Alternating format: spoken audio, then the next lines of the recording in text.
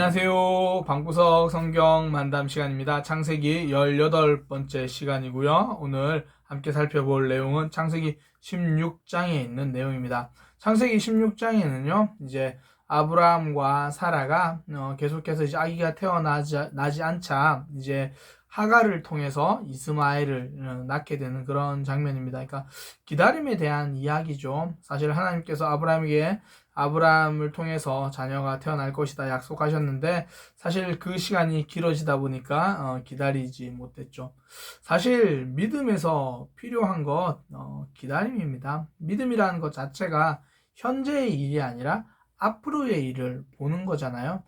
지금 나에게 역사하시는 하나님, 그 하나님이 앞으로도 나를 붙들어 주실 거다. 이걸 믿는 것, 믿음이죠. 우리의 삶. 그래서 믿음이란 건 반드시 기다림이 포함됩니다. 그러니까 우리가 하나님 앞에서 하나님이 하신 약속을 붙들고 기다리는 것, 그 기다림도 믿음이다라는 거죠. 우리의 삶에서 또 우리의 신앙에서 기다림이라는 게 참 중요해요. 그러니까 믿음에는 기다림이 필요하죠. 기다리지 못하면요, 아픔이 생깁니다. 제가 이전에 한번 그런 글을 짧게 썼던 기억이 나는데요. 음식도 기다림이 필요한 음식들이 있잖아요. 하다못해 밥도 충분히 뜸이 들어야 맛있고, 인생도 충분히 기다려야 인생의 맛이 드는 것 같습니다. 다른 사람과의 관계도 그렇고요. 또 나 자신의 실력도 그렇고요. 때로는 시간이 필요하죠. 기다림이 필요하죠. 믿음의 성장도 그렇습니다. 기다림이 필요합니다. 신앙생활 하다 보면 특히 이제 처음 하나님을 알아가기 시작하면 우리에게 좀 많이 부족한 것 중에 하나가 이 기다림인 것 같아요. 자꾸 넘어지는 내 모습을 나도 잘 기다리지 못하고, 때로는 우리 주변의 사람들을 잘 기다리지 못하고, 무엇보다 하나님이 역사하실 때까지 잘 기다리지 못하는 모습이 우리 안에 있잖아요. 오늘 말씀을 통해서 우리가 다시 한번 더 이 기다림의 중요성을 함께 좀 살펴보려고 합니다. 아브라함에게 하나님이 약속하셨는데요. 내가 너에게 많은 민족을 이루게 해주겠다. 그리고 나서 10년이 지났어요. 그러니까 10년이 지나니까 믿음이 흔들리죠. 10년이 지났는데도 여전히 사라에게서 아이가 태어나지 않습니다. 그러니까 불임의 시간이 길어지니까 마음이 불안해지는 거죠. 그러니까 견고한 믿음도 사실 시간이 지나면 흐려질 수 있습니다. 저는 이 자체가 꼭 이렇게 문제다 이렇게 말하고 싶진 않아요. 누구나 그렇죠. 시간이 지나면 흐려질 수 있습니다.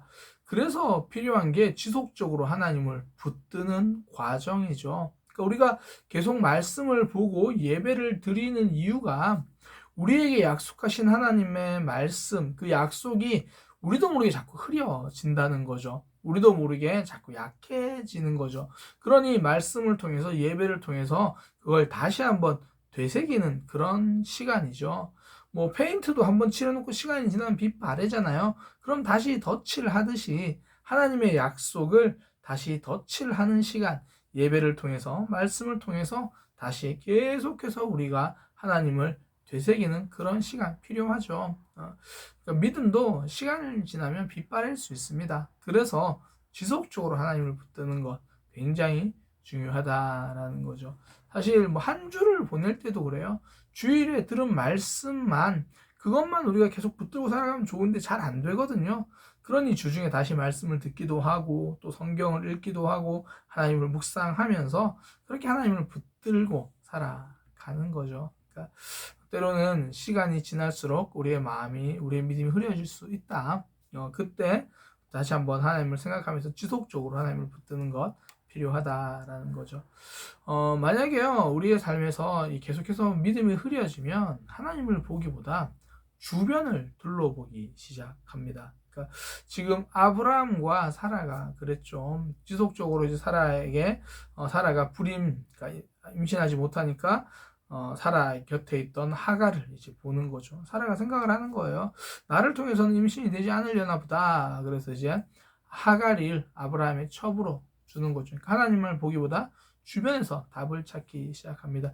이스라엘 백성들이 이렇게 했었죠. 그들이 하나님을 떠나니까 하나님을 떠난 이후에 항상 주변에서 답을 찾기 시작해요. 그러니까 주변 민족들이 뭐 섬기던 바알을 섬기거나 또는 뭐 아수르나 다른 강대국을 의지하거나, 그러니까 눈에 보이지 않는 하나님을 제대로 바라보지 못하니까 옆에 당장 눈에 보이는 것들을 보는 거죠. 우리의 신앙도 그래요. 사실 하나님만 바라보는 신앙을 놓치기 시작하면 계속 주변을 의지하기 시작하죠. 관계를 의지하거나 돈을 의지하거나 혹은 내 힘을 의지하거나, 이게 하나님을 보지 못하면 주변을 보기 마련입니다. 이게 지속적으로 우리가 하는 믿음이 흔들린다는 증거 중에 하나죠. 다시 한번 말씀드립니다. 믿음 자체는 흔들릴 수 있어요. 그러니까 안 흔들리기 위해서 지속적으로 하나님을 붙드는 것, 그러니까 주변이 아니라 하나님을 보는 시간들을 가지는 것, 이게 굉장히 중요하죠. 그러니까 믿음은 결국 하나님 복이죠. 그러니까 성도의 소망은 주변에 있는 것이 아니라 하나님께 있는 거다. 이걸 기억하는 것, 이것이 하나님 우리에게 원하시는 신앙생활이죠. 그러기 위해서 지속적으로 하나님을 기대하고 바라보는 것, 이것이 굉장히 중요합니다. 아브라함과 이제 사라는 기다리지 못하고 이제 하갈을 그렇게 취했잖아요. 아브라함의 첩으로 하갈을 드렸습니다. 그랬더니 이제 내 방법을, 그러니까 기다리지 못하고 하나님을 보지 않고 주변을 붙들었더니 문제가 해결되었느냐? 아니, 오히려 더 큰 아픔이 찾아왔죠. 그러니까 하나님께서 우리에게 기다리라고 말씀하셨을 때에 기다리지 못하면 아픔이 찾아와요. 하나님이 뭐 기다리라고 말씀하신다, 이걸 하나님이 기다려 이렇게 말씀하시는 것보다는 주로 이제 우리가 뭐 기도하거나 우리가 하나님 앞에 뭘 간절히 원하는데 좀 이루어지지 않는 시간들, 때로는 하나님이 침묵하시는 것처럼 그렇게 여겨지는 시간들이 있죠. 그때가 보통은 하나님이 우리에게 기다려라 말씀하시는 그런 시간이거든요. 근데 그때 기다리지 못하고 내 방법을 선택하고 이 하나님이 원하시는 방법이 아닌 뭐 주변 다른 방법을 선택하면 결국 아픔이 찾아옵니다. 그러니까 어떻게 되냐면 이제 하갈이 임신을 하게 돼요. 하갈이 임신을 하고 나서 하갈이 사라를 업신여기기 시작합니다. 이제 나는 임신했다는 거죠. 그러니 오히려 하갈이 사라를 업신여기고, 그것 때문에 또 사라는 아브라함을 또 들들 뽑기 시작합니다. 당신 때문이야 뭐 그러죠. 그러니까 아브라함이 그럼 당신이 원하는 대로 해, 그러니까 또 사라가 하갈을 들들 뽑기 시작합니다. 그러니까 그 가정 자체에 계속 불화, 아픔이 있는 거죠. 기다리지 못해서 그래요. 사실 하나님이 우리 인생의 답이거든요. 그 답 붙들지 않고 내가 다른 답을 찾아가려고 하면 결국 아픔을 만나는 거죠. 아픔을 경험하게 됩니다. 꼭 기억하십시오. 우리 인생의 답은 하나님입니다. 하나님을 통해서 인생의 답이 있는 거예요. 그렇지 않으면 자꾸 아픔을 반복하는 삶이 돼요. 또 하나 보세요. 그러니까 사라가 아브라함에게 원망하잖아요. 당신 때문이야 뭐 그렇게 이야기를 해요. 사실 그 결정을 먼저 제안한 사람은 이 사라거든요. 그런데 지금 아브라함에게 그 탓을 돌리죠. 무슨 이야기냐면, 오답을 선택하면요 계속 흔들리는 거예요. 이것이 맞나 저것이 맞나. 그러니까 사라가 보기엔 이게 맞다고 선택했지만 또 이게 아닌 것 같고, 왜 이게 또 아니었나 막 이렇게 계속 흔들리는 거예요. 하나님을 붙들면 어려움이 찾아와도 그래도 그 자리를 견고하게 붙들 수 있어요. 왜? 내가 기도하고 결정했고 하나님과 함께 결정했으니까, 하나님이 원하는 모양으로 결정했으니까 어려움도 이겨낼 수 있어요. 그런데 그게 아니라 하나님이 원하시는 결정이 아니라 내 뜻대로 결정하면 찾아오는 어려움, 찾아오는 고난을 이길 힘이 없어요. 계속 흔들리는 거죠. 그러니까 오답을 선택하면 흔들릴 수밖에 없습니다. 그러니까 우리의 삶, 하나님의 뜻대로 하나님이 원하시는 길을 선택하는 거죠. 그래야 고난이 오고 아픔이 와도 견고하게 설 수 있습니다. 이제 그런 상황에서 하갈이 이제 결국은 사라가 자꾸 자신을 괴롭히니까 하갈이 가출을 합니다. 더 정확히 말하면 이제 친정, 하갈이 원래 애굽 사람이거든요. 애굽으로 이제 가려고 하는 그 과정에서 하나님이 이제 하갈을 만나 주시죠. 그러니까 이제 하나님이 하갈에게 야, 너 집으로 돌아가라. 그러면서 너의 뱃속에 있는 이스마엘, 그 뱃속에 있는 아기도 내가 축복해 주겠다. 그리고 그 아이의 이름을 이스마엘로 지어라. 그러니까 이스마엘, 그러니까 들으시는 하나님 뭐 그런 뜻입니다. 그 뭐 샤마가 들으라, 듣다 이런 거거든요. 그러니까 이스마엘, 그러니까 하나님이 들으신다 뭐 그런 뜻이죠. 그러니까 하나님은 사라만 사랑하신 것 아니고요. 하나님의 사랑은 사라를 넘어서 하갈까지 사랑하시죠. 그러니까 이게 하나님의 마음이에요. 우리는 이제 아브라함, 사라 이 주인공에게만 초점이 맞추어져 있는데요. 하나님 나라에는 이 하갈도 엑스트라가 아닙니다. 하나님에게는 하갈도 주인공이에요. 그러니까 우리가 이 마음을 좀 더 넓힐 필요가 있습니다.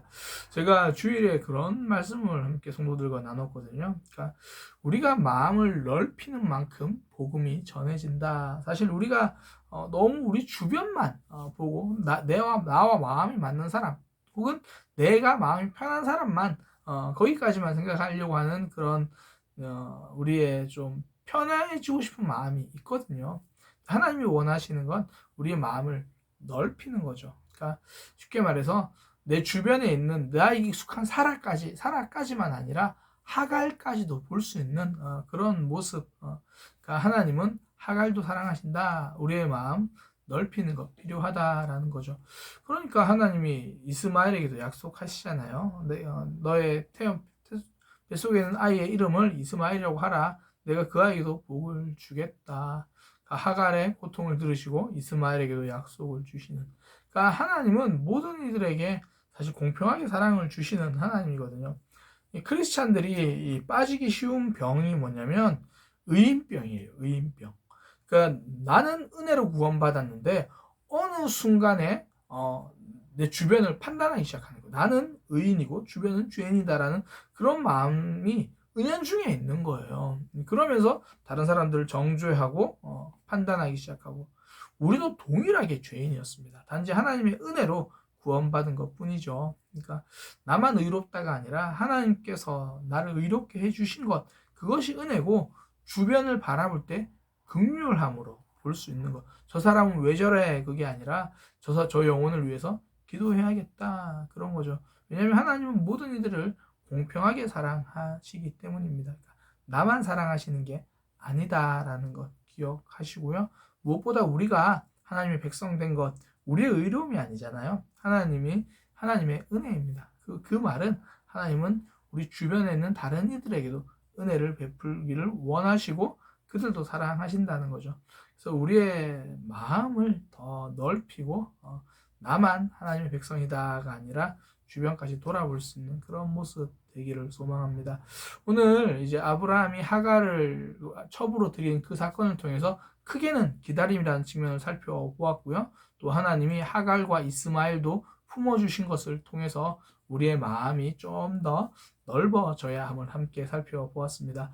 믿음은 기다림을 포함합니다. 기다림도 믿음이라는 거예요. 믿음에는 기다림이 중요합니다. 하나님이 일하실 것을 바라보고 붙들며 기다림에 성공하는 믿음의 삶이 되기를 소망합니다. 이것으로 방구석 성경만담 마치도록 하겠습니다. 감사합니다.